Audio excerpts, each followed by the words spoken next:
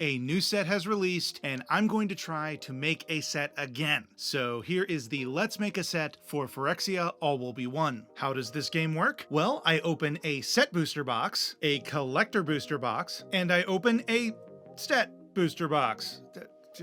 I used to open a set booster box, draft booster box, and collector booster box, but this time I could do 2 set booster boxes and a collector booster. So we're gonna try that. And I see how close we can get to a full set. I'm not worried about special frames or premium finishes. I just want 1 copy of every individually named card in the set. Also with this set, I didn't pay attention to the prototype cards because they were just so rare, there was no point in it. A big thank you to the End Games for helping make this video possible. If you are in the Central Virginia area, please go and check them out. If you're not in the Central Virginia area, then go ahead and check them out online at theendgames.co, and they'll help you out with any Magic related, D&D, Warhammer, board game, whatever you can think of, they've got your back.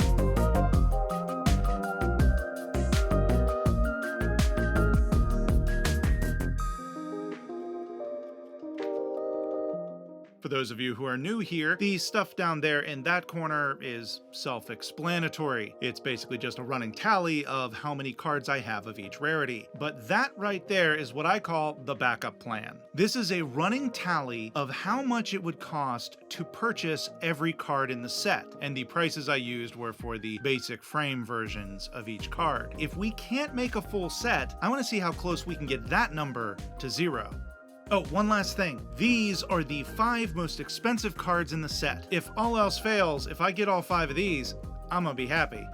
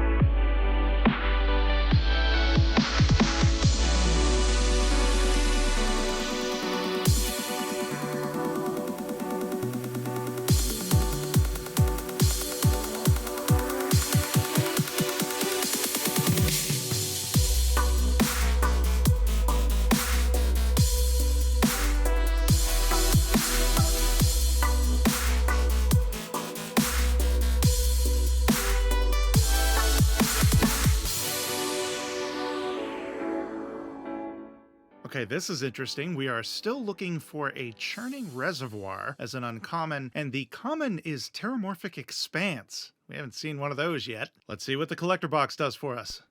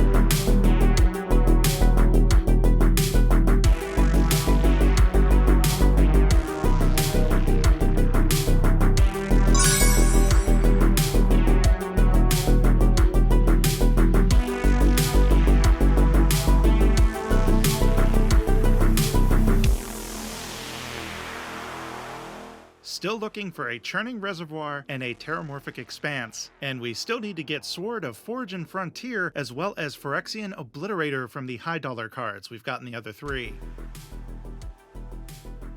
And there's the Phyrexian Obliterator right there, so now we just need to get the Sword of Forge and Frontier. Oh, and I did forget to mention, if we get within 15 cards of completing the set, I will open a bundle box to try and get us even closer. Also, going forward, if you hear this sound, that's a card we have not seen before.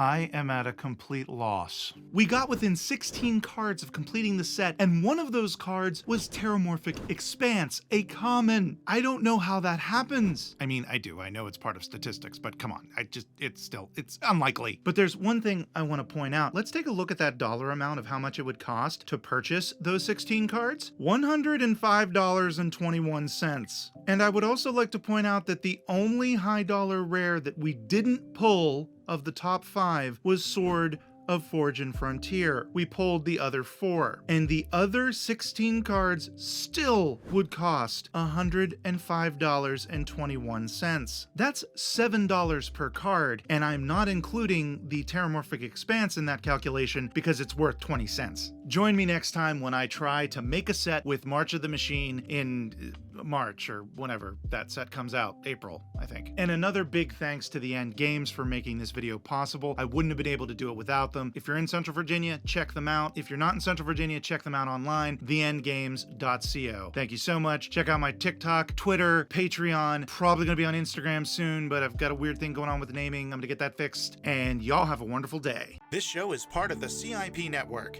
inspiring creativity, one episode at a time.